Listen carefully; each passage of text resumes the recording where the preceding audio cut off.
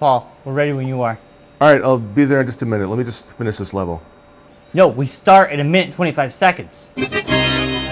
Well, that's oddly specific.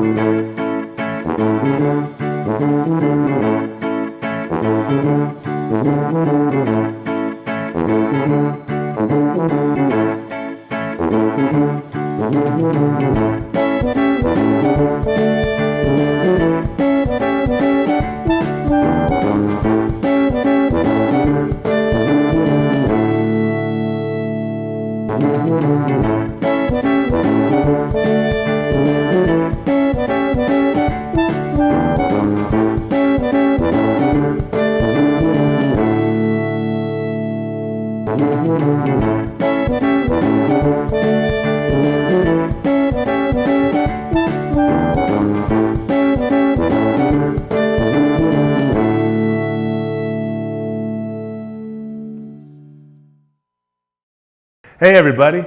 Tonight on Public Domain Theater, I'm going to attempt to understand a rather odd story. A love story of sorts.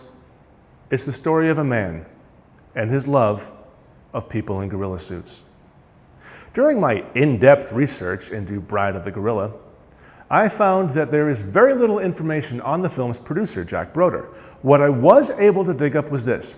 He produced or executive produced several films in the 1950s and 60s, but he had the most success as the co-founder of Real Art Pictures Incorporated, which bought and distributed many of Universal's B-movies when Universal decided to focus on more upscale features. Two of the films that Real Art made on their own made me wonder if Mr. Broder was working out some personal issues with gorillas. 1952's Bela Lugosi Meets a Brooklyn Gorilla, a perennial PDT punching bag, was the first film that played on this show. And now we come to 1951's Bride of the Gorilla, Mr. Broder's first filmed expression of love with people in gorilla suits. The film stars Raymond Burr, several years away from TV fame in Ironside and Perry Mason, and even further away from committing film Harikari with Godzilla in 1985. Burr plays the laughably named Barney Chavez, a plantation manager on a remote jungle island. He falls in love with Dina Van Gelder, the much younger wife of his boss, Klaas. Klaas is not blind to this and decides that he must fire Barney. One fateful decision sends the lives of these three characters and more into a tailspin that none of them could have possibly imagined. Okay, now that I've got the general plot out of the way, let's get back to Mr. Broder's fascination with people in gorilla suits. A quick Google search of men in gorilla suits not only led to numerous photos of Halloween costumes, but also to an article at Wired.com. That article is about the late great Mad Magazine genius Don Martin and his creation of Gorilla Suit Day. The holiday falls on January 31st and is featured prominently in his collections of paperbacks released in 1963. He must have created it sometime before then, but the origins of the regrettably non-nationally recognized holiday are a bit hazy. Did Martin and Broder's lives ever cross paths? Were there secret meetings a la Fight Club? And was Martin an uncredited supervisor on either of Broder's Gorilla classics? Sadly, it seems that the answers to those questions, and to many more, were taken by Don Martin and Jack Broder to their graves. But I will leave you conspiracy theorists with this. Martin's books are now out of print, and Broder's films are in the public domain. Somebody does not want us to know the answers. Get your popcorn and your soda, make note of the nearest emergency exit, and switch off your cell phone or pager. Public Domain Theater is proud to present Raymond Burr, Barbara Payton, and Lon Cheney Jr. starring in Bride of the Gorilla. But who punished Jack Broder for his crimes, his cinematic crimes? I'm assuming that it was the public, considering that none of his films were big hits. Speaking of big hits, how about that devastating gut punch that Barney delivered to Klaas?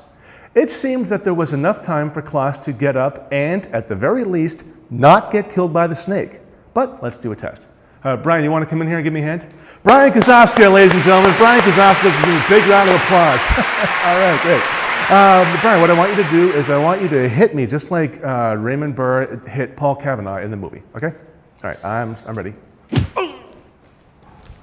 1, 2, 3, 4, 5, 6, 7, 8, 9, 10.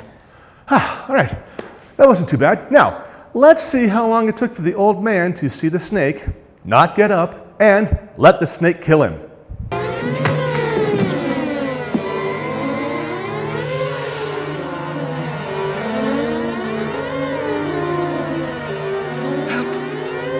Bonnie! Help! Ah!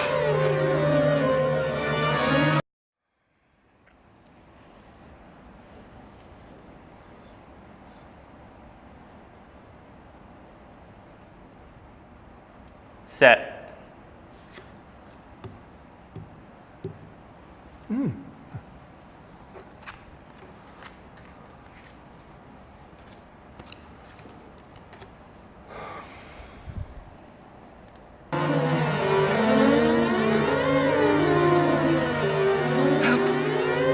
Bonnie! Help! Ah!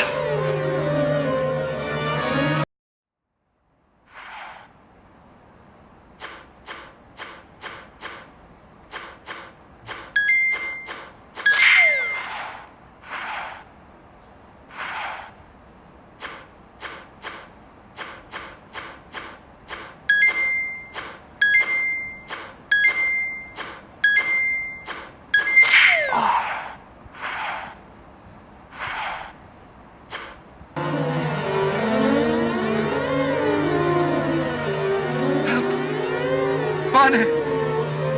Help! Ah!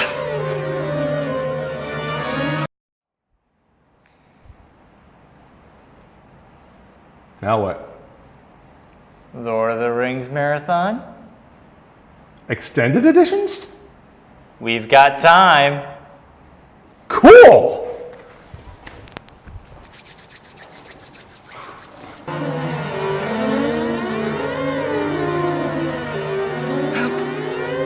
Bonnie!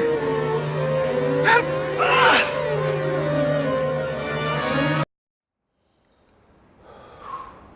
I do love those movies. Peter Jackson is a genius. Sure is. Oh, and we're just in time. Look!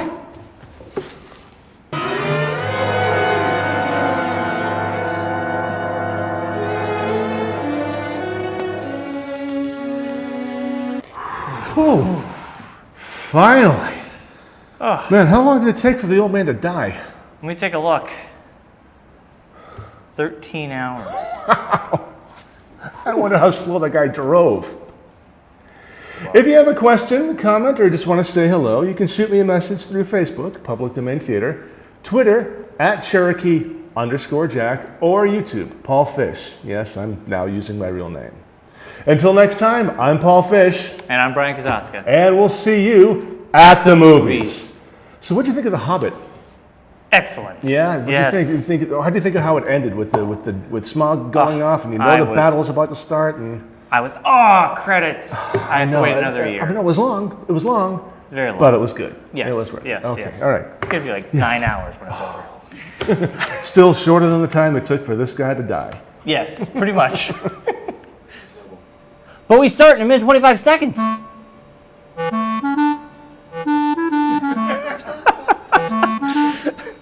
Recording Public Domain Theater, the award-winning program. Well, that's oddly specific. Cool, Doctor Who.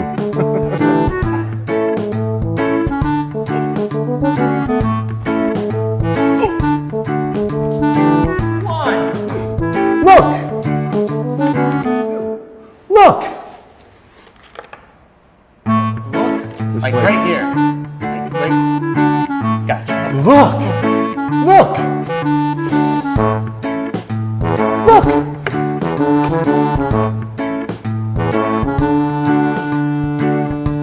I was looking at the prompter the whole time. All right, one more. One more.